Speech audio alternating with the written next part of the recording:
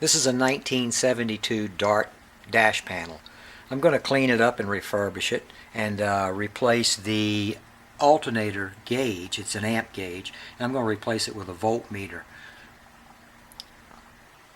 This is a Sunpro style line gauge. It matches the other gauges in this dashboard pretty well. I've already taken the dashboard apart. And when you put the gauge, the part of the gauge that will be visible through the hole, it looks pretty good behind there. So what I have to do now is take this gauge apart and take the guts out of this gauge and fit it into the panel here. And I've already removed this. This alternator, the amp gauge on here was already broken to begin with. The needle was wallowing around inside the case. So that's one of the reasons for replacing it with a voltmeter.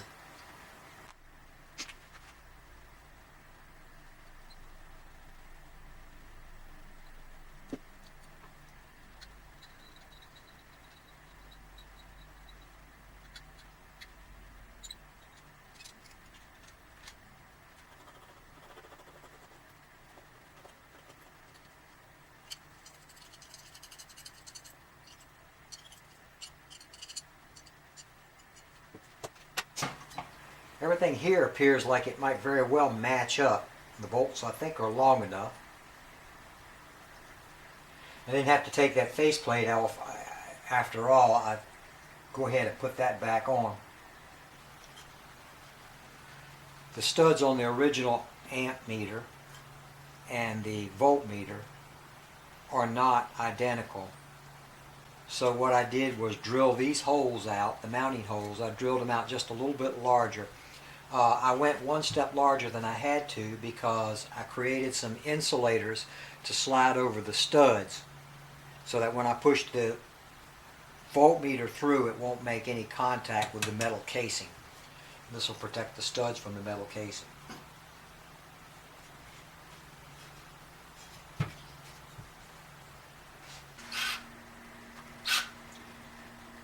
I started with a drill bit just a 64th larger than these original holes on the circuit board. Then I moved up the 64th, and now this will be the last measurement here. I'm running the drill in reverse to keep from gouging and maybe cracking the circuit board.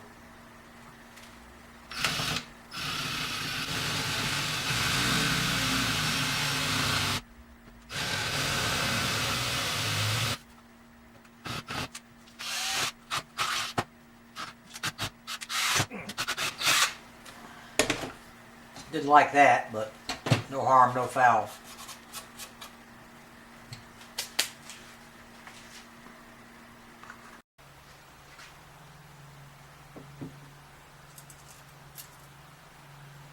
Put these washers on here, and this is a piece of protection to keep the inside of the casing from touching. And then this are my protectors that I created that will slide down over the studs all the way to the bottom.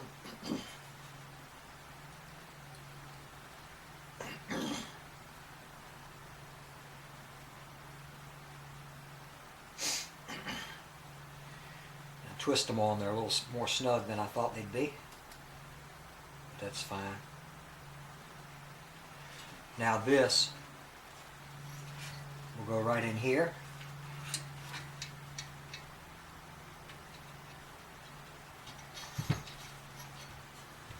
My rubber insulators stick just slightly through.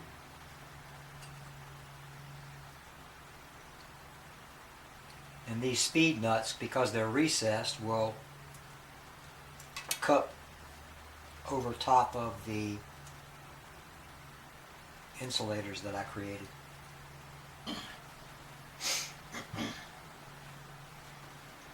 Now I'll just have to test it with a meter to make sure it's not grounded out.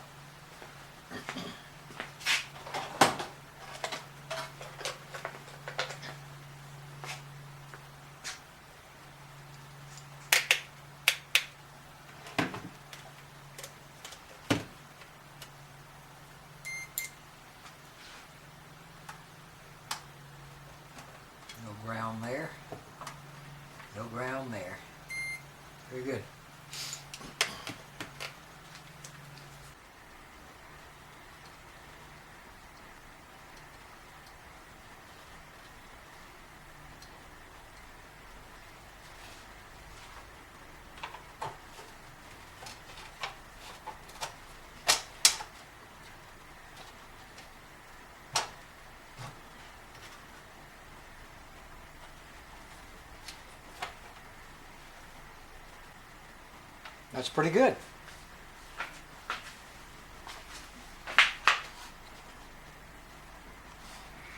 I'll go back and fine tune it a little bit. I've got to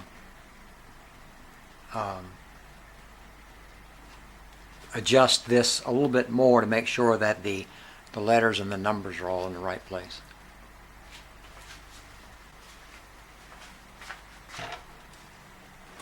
So now I'll just clean up the rest of it, repaint the silver in here. I'll have to take these lenses off. I'll have to grind these plastic rivets out of here, take the lenses off and polish them. They're kind of scratched up, I believe. I'll clean it up first and see how scratched up they are before I take it apart. It may not be scratched up, it may be just dust.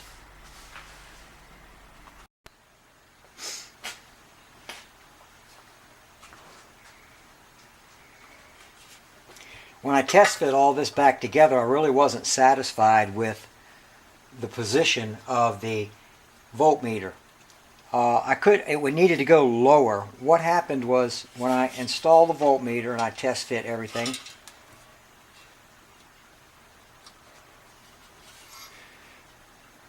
the numbers on the voltmeter are higher in position than the numbers on the rest of the gauges.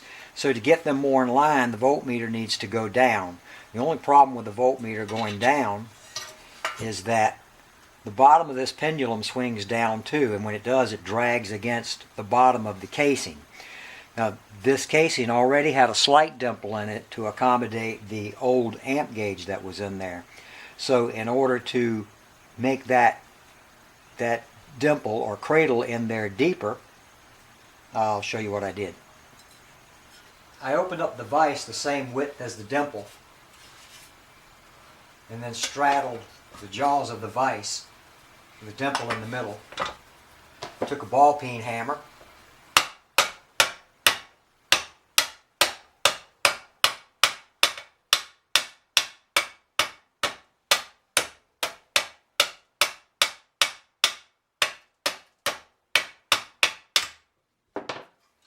and after bludgeoning that enough, I've got a nice deeper cradle in there for that needle to swing. So now, when I put it all back together, I haven't elongated the holes yet, but when I put it back together, if you can see it, it has a good 1/4 inch that I can lower that gauge and get those numbers more aligned with these numbers.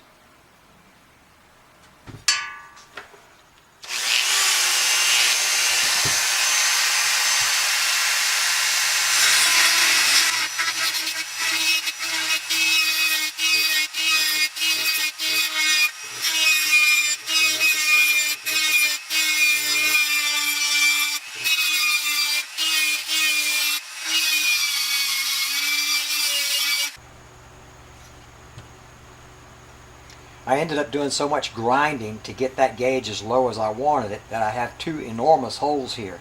I'm going to go back and weld up the upper part of these holes.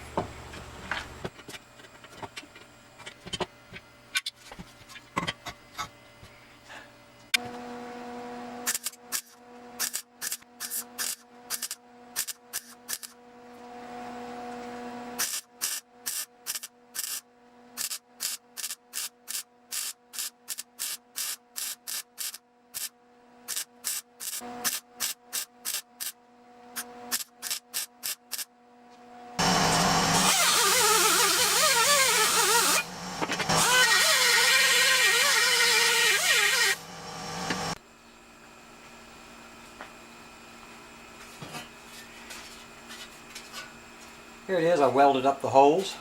put it in the sandblaster and cleaned it up, ready for priming and painting after my final fit.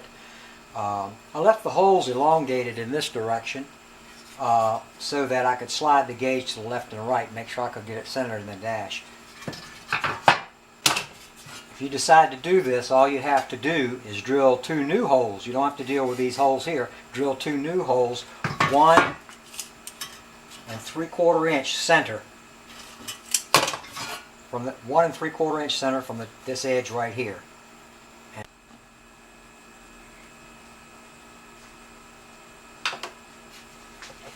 Here's my final dry fit. I put everything together. It's like I want it now. The gauge is centered in the dash. It looks good. Now I'll just take it apart and start cleaning up this bezel. I think I'm gonna look into trying to find a way to put an oil pressure gauge in this thing too. It had an oil pressure light, and we'd like to have a gauge in it. So I'm going to look at a way of maybe putting a gauge over here where the oil pressure light was, or possibly down here.